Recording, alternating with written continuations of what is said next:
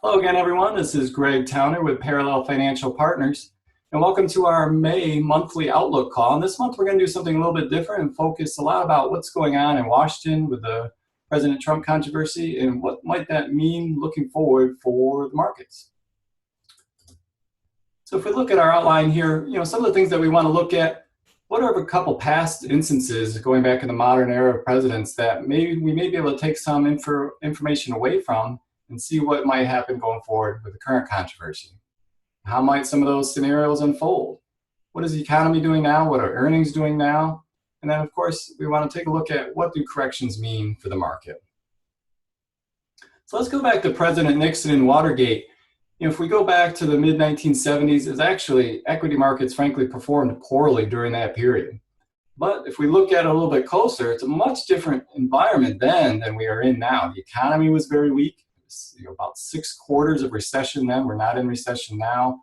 Current outlooks don't see that. Inflation rate was double digits then, 10 to 12%. I mean, we're only about 2% now. A lot of economists think that 2 to 3% is kind of the sweet spot for equities normally. Unemployment got as high as 9% then. We're almost at full employment now, down about 4.5%. So maybe that number can only go higher. Right now, the job market's pretty tight. Importantly, during the Watergate period, we also had the OPEC oil embargo, nearly tripled the price of oil. If you were to look at a stock chart about when that occurred, you could really argue that most of the negative investing returns during the Watergate area were more to do with the OPEC oil embargo. So the next, scandal in presidential terms, if we look at President Clinton, as a reminder, he was actually impeached and a few months later was acquitted of that. And this happened over about a 13-month period. And during that period, actually, the market performed quite well, up about almost 30% during the period. And that was despite a roughly 20% sell-off in the mid-98 as a result of a large hedge fund, long-term capital management, needing to be bailed out. And that period had some similarities to now. It had a strong economy, even stronger than now. It had a growing technology and growing stock market, even much stronger than now. So some takeaways there, but it just shows that both of these periods were much different, and today is probably much different as well. So how might what's actually going on impact policy and impact the markets? By far the most important thing, regardless of whether it's President Trump stays, we get a President Pence, or whatever happens, really it's about the proposed policies being able to move forward around tax reform, infrastructure spend, bank regulations, and so forth. Investors don't want to see that delayed. And right now, the base case scenario is that it's going to be delayed and it's not going to be dealt with until all this controversy is over with. But we know from stock investing that the consensus is not always right. Maybe something different can happen with that. So for example, Republican Congress is going to be feeling the pressure soon of the 2018 midterm election. I know that sounds like a ways off, but 18 months is not far in political terms. And with a low approval rating for the president, they're going to want to push policy through to show that they got things accomplished so they don't lose the majority in Congress next year. But at the same time, Trump himself may want to push policy forward to help distract from the investigation. So those things are a little bit out of consensus. They may not happen. It may not be the base case, but we could see policy trying to get pushed through. So, if policy gets delayed and it takes into next year or late this year, will that create some more volatility, some more noise like we just saw a couple days ago? It probably will. But let's keep in mind, over the longer term, the underlying economy and underlying earnings are much more important. Speaking of the economy, just one chart on that. We had an industrial production number come out recently. Showed nice, strong growth there. It's ticked up after a nice year of moving higher. It's ticked up even higher. If we go back over the last 15 years, these gray bars are when there were recessions. And we can see that industrial production was really falling off hard during that period. It's not doing that now. The economy looks to be in pretty good shape. We've talked a lot about earnings going all the way back to last fall, how we saw an inflection point positively in earnings, which is focused on these dark blue bars in the middle.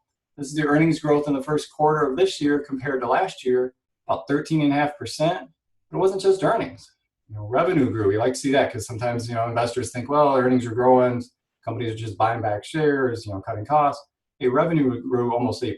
So we don't expect those numbers to be that high going forward, but we still think there's still some good growth happening both here and abroad. International, as we've talked about, is really starting to take off, and that helps particularly the larger U.S. companies that sell a lot overseas. But we also always want to know corrections happen in stocks, whether it's because of what's going on in DC, some other issue, just a natural business and investing cycle, they happen. So if we look here on the left-hand side, going all the way back to the 1920s, on average, 5% pullbacks happen about 3 times per year. Sometimes it doesn't happen at all, sometimes it happens a lot more. On average, about 3 times per year.